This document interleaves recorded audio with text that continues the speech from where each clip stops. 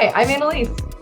And I am Tony, and we are the Rook Room. We are a pop-up all about unique board game events and experiences here in Des Moines and Central Iowa. So we have partnered with XBK, and we have a bunch of totally nerdy, totally geeky, game-centered events on the calendar with XBK. So go check out therookroom.com or xbklive.com or our social channels and figure out what we have going on coming up, and be sure to add them to your calendar.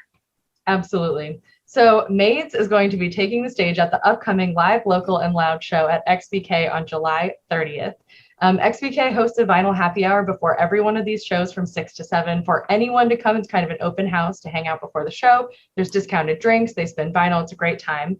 The show itself starts at 7:30. So while anyone's welcome to come for the open house, the show itself is for ticket holders only. Tickets are $10. They're available along with all the other details you need on the XBK website, xbklive.com. Space is limited, and these pretty much always sell out. So you're going to want to get a ticket if you want to come and see some live music. If you cannot get a ticket, or if you can't make it in person, there is a live stream on YouTube and Facebook that night that'll be happening right as the show happens. But there are a couple little extra goodies for everyone who comes in person. So joining us today are Nikki Davis and Danny Hagan from MAIDS. Thank you for joining us today. How are you guys? Good. Happy to be here. Good. Welcome. So Showtime and Tell, this is a segment where we're going to get to know artists and performers of our city a little bit better by going beyond the usual interview questions. We're going to play a little game.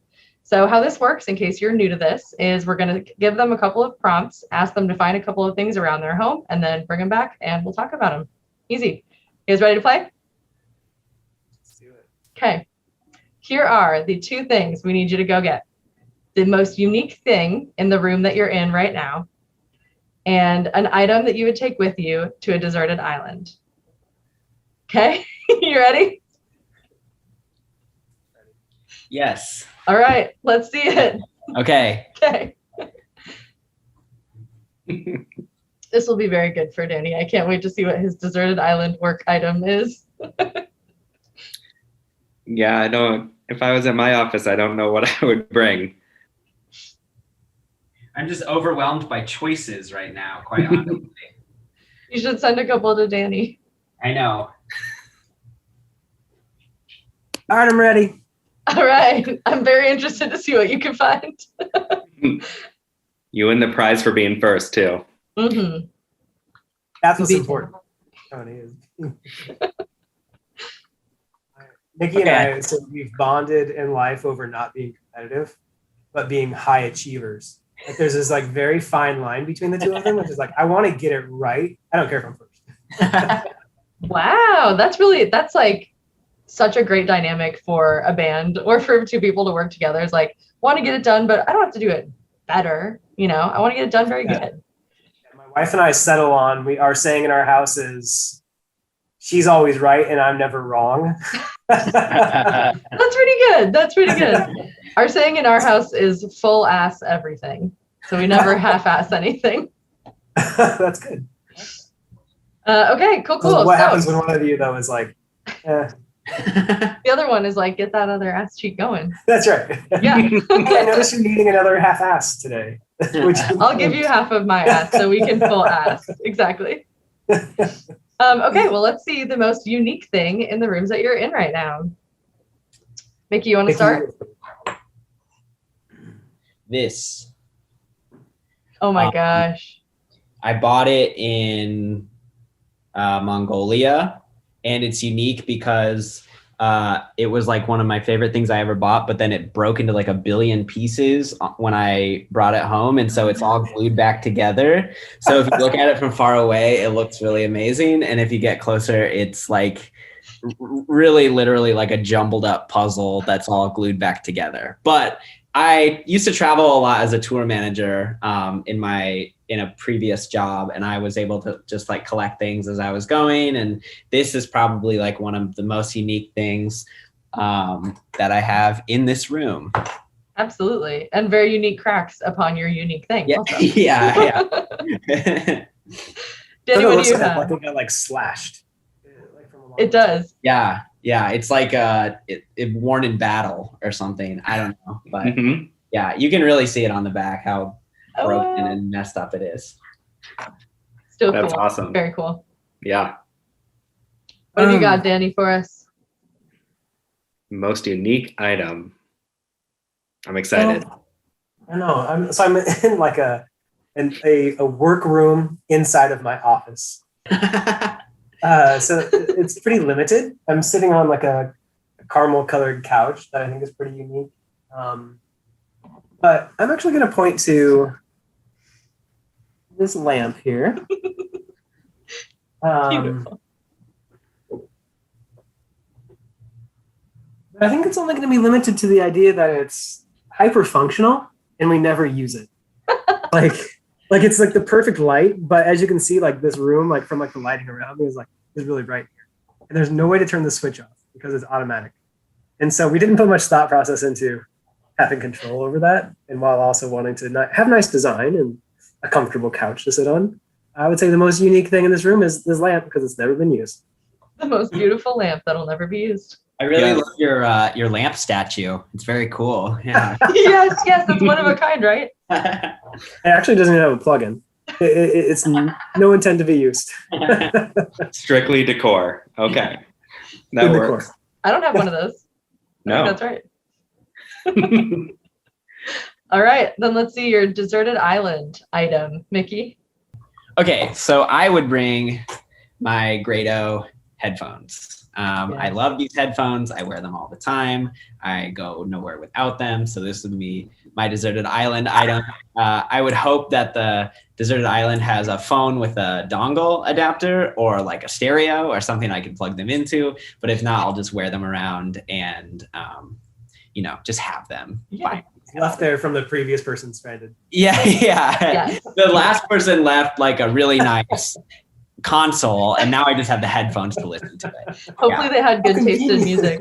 Yeah, and somebody along the line also left like a generator and like all the other stuff that I need for this operation to work, but I'm bringing the headphones. Yes. Well, tell us about the And they headphones. were like, I wish I had headphones. Exactly. What makes the headphones so good? Tell us about them. I don't know. I've just always had this one pair of headphones, and they're like the opposite of noise canceling. Like they just sit on your ear instead of like cupping around. So you get like a really cool mix that kind of sounds like what it sounds like in a live room. The only thing is like every other person around you can hear what you're hearing because it kind of just like shoots volume out everywhere. So they're kind of like a selfish headphone, but I really like them. I think they're cute. Yes. I think they make a wireless edition, but this is like, I've got like little wireless ones I use for work, but these are like, got the long annoying cable when I'm vacuuming and just are like, I don't want anything about them to change. So I love that. Also, headphones that you've had for a long time. That is also very unique. I feel like I will add that it's the same style of headphone that I replace over time because they always get junky somehow and smashed in my suitcase or something. that makes sense. Yeah. Thank God he didn't bring a suitcase to this deserted island. It would smash your headphones. My one item is smashed when I get there. No! All the equipment was here for me. All right, Danny, what have you brought us? Okay, well, on sunny days, anywhere in the world, a dome like this, it's always hot weather. What I say. So the reason I would like to wear hats is because this head burns very easily. Not a lot of protection up there. And so I'm routinely in search of a hat when the sun comes out. So that's my big desert island need. Man, that's so practical. One. It doesn't have to be this hat with me. Probably make a pretty cool one out of like a banana leaf. I don't know what sort of island I'm landing on. I mean, you get to bring whatever hat you want. Yeah. Or it could be one where the last person also left a hat, and then you have like, you can alternate which hat you wear to kind of shake it up a little bit. There are 2 hats here. A currently deserted island. That's right. My morning routine is sunscreen, and if I'm going to be outside, hat. So Good. I don't have to worry about my hair getting messed up. Fair. Nice. So it's one of the best, like, getting through quarantine. Everybody's like, oh, like, getting a haircut. I was like, suckers, This is the best time to be bald in life. Like I have my own clippers. I just keep this all clean. It's morning routine. It's very good. Man, I'm jealous. Okay, so we got to hear a little bit about the most prized items in your life, but can you tell us a little bit about your band and what we can expect from your show? Sure. I'll start, Danny. You fill in as well. So we're MAIDS. We make disco music. We call it Midwest disco. And it's been a while since we played a show. And so really the one thing I'm having trouble remembering is the tagline that Danny came up with for the band, which is something about apple pie. So I'm going to turn it over to you to talk about the tagline for the band. What was it like? Just as quick to go out and dance with you as we are to sit down and have a slice of pie. Like, that's sort of our personality. Like, just tell us about you, Annalise. Just tell us about you, Tony. I'd be ready for it. Yeah. Maybe I think I made up the apple part, but it did have something to do with pie. Yeah. You were close. Well, I think that's it. Like our personalities is like, we always had a hard time practicing because it was, but like, how are you doing? Like, that's typically like how practice started. And so it was always really nice to have that level of friendship with the person that you're making things with, because it's like, oh, like I know music is important in who we are, but like being well-centered and having people who listen in life is just important for anything. Yeah, I mean, music is definitely something we're both very passionate about. And I think it's always been like our primary, or at least my primary creative outlet. I know Danny makes music and also writes and is the lyricist. And so it's been a really cool kind of organic thing that has happened over time. We started working on music together in like 2012. I was in school in St. Paul, Minnesota at the time, and Danny was in a band called Seedlings, and he reached out to me to do a remix of one of his tracks. And I think both of us felt like after that, we were like, the music that I'm making and like the sounds that I'm choosing to use when I make electronic music fit really well with Danny's, the timbre of his voice and his kind of writing style and everything. So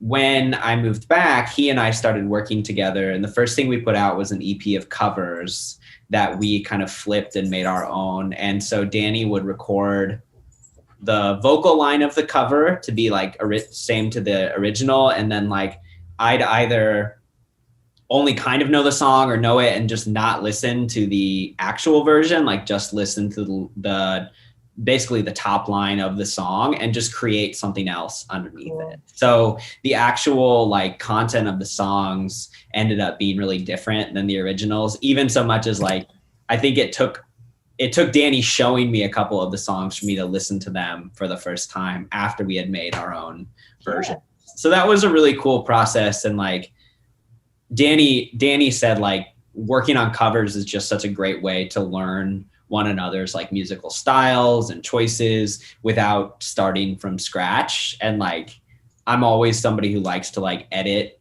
what I'm working on more than like start with nothing. That feels very daunting to me. So this was like a really cool way to start. And I think set up kind of a pattern where like because of the style of music we make, like I think both of us, like Danny said, like we rehearse, but we also just like chit chat the whole time. And like, I think both of us sometimes work the best creatively alone or like with headphones on. So like, even while we still both lived in Des Moines when we started the band, like we rarely got together to like write or kind of come up on the creative side. We would rehearse, we would talk through stuff, we would show each other demos, but for the most part, we were just sending things back and forth. Very postal service, except we lived in the same town. That's right. Yeah. We were like, 3 miles from each other. Yeah. Dropbox. Doesn't have the same ring to it. The Dropbox. Yeah. So it was a really cool kind of creative process that I think worked for both of us. And as our lives were busy and I was working at the social club, like we were able to find like a cool pattern that worked for us. And then out of that, we've always just like shared a lot of music between each other, and like we make like collaborative Spotify playlists of what we're listening to. And so we started DJing and just like sharing the music we were listening to. And I think at the time we were really trying to like take inspiration from some people, like the few people who were DJing in Des Moines or making music in Des Moines that was like kind of like weird left field pop and disco. And like there was this duo called Flatform that was around before us that like was doing really cool like disco parties. And so we tried to kind of pick that up and run with it, of just like throwing really just fun dance parties, when like the point was just to like create a really like cool, inclusive vibe. And we would DJ, we would play our live set, we'd go back to DJing, just like kind of set the vibe for the night and invite people to come hang out.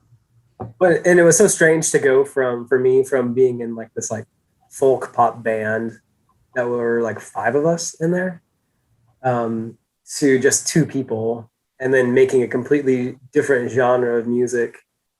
When people were like, "Hey, what's your favorite type of music?" I'm like, "Well, I'm going to have a really sort of very specific answer to this," and you're like, "Okay, cool," because it's like certain elements of music for me that are always super fascinating, like why somebody, just like decides to leave on a microphone and let something else get recorded, or like what decisions are made like in the production side of things. And then when you get to that point, people are like, they're not paying attention to you anymore. Yeah.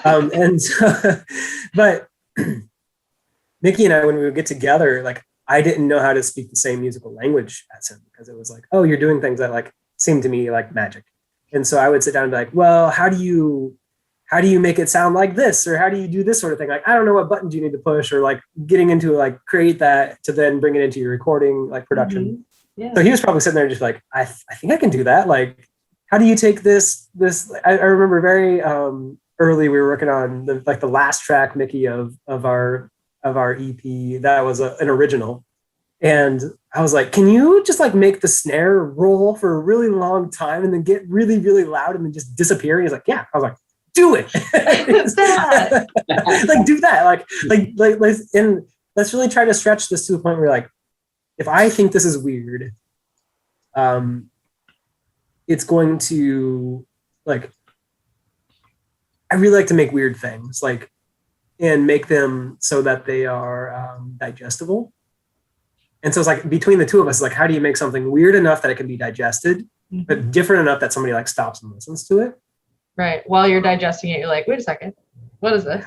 Okay. Yeah, there's like a periphery of like what's familiar. Like you don't want to go too far away. So, and I think that's why like our music has surprisingly to me like been like broadly accessible. Like people always tell me that their kids like our music, like they're toddlers, and like I don't know if that's like we should have gone a different career path and like made it big in the toddler market or whatever.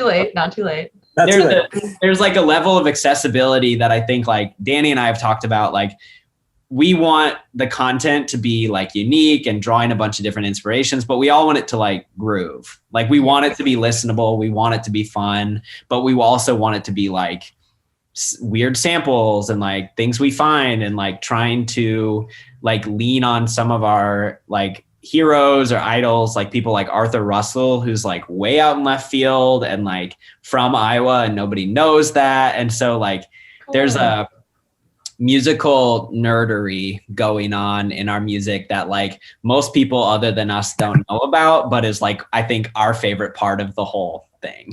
Yeah. I just heard a song by Buddy Ross today that I feel like has some of this where it's like, yes, this is like so danceable and cool, but I'm also like, if you made me a mix CD or something, this would stand out. It would be one where I'm like, wait, hold on, what's going on with some of this? Like, it's very accessible, but when you pay a lot of attention, there's a lot of depth too, which I feel like comes from the relationship you have with each other, not just showing up to play, like showing up to share your lives together as friends and push each other. Maybe Danny, you push Mickey more to think about writing, and Mickey, you might push Danny more to think about the musicality and all that kind of stuff. So I don't know. I think all that stuff shines through.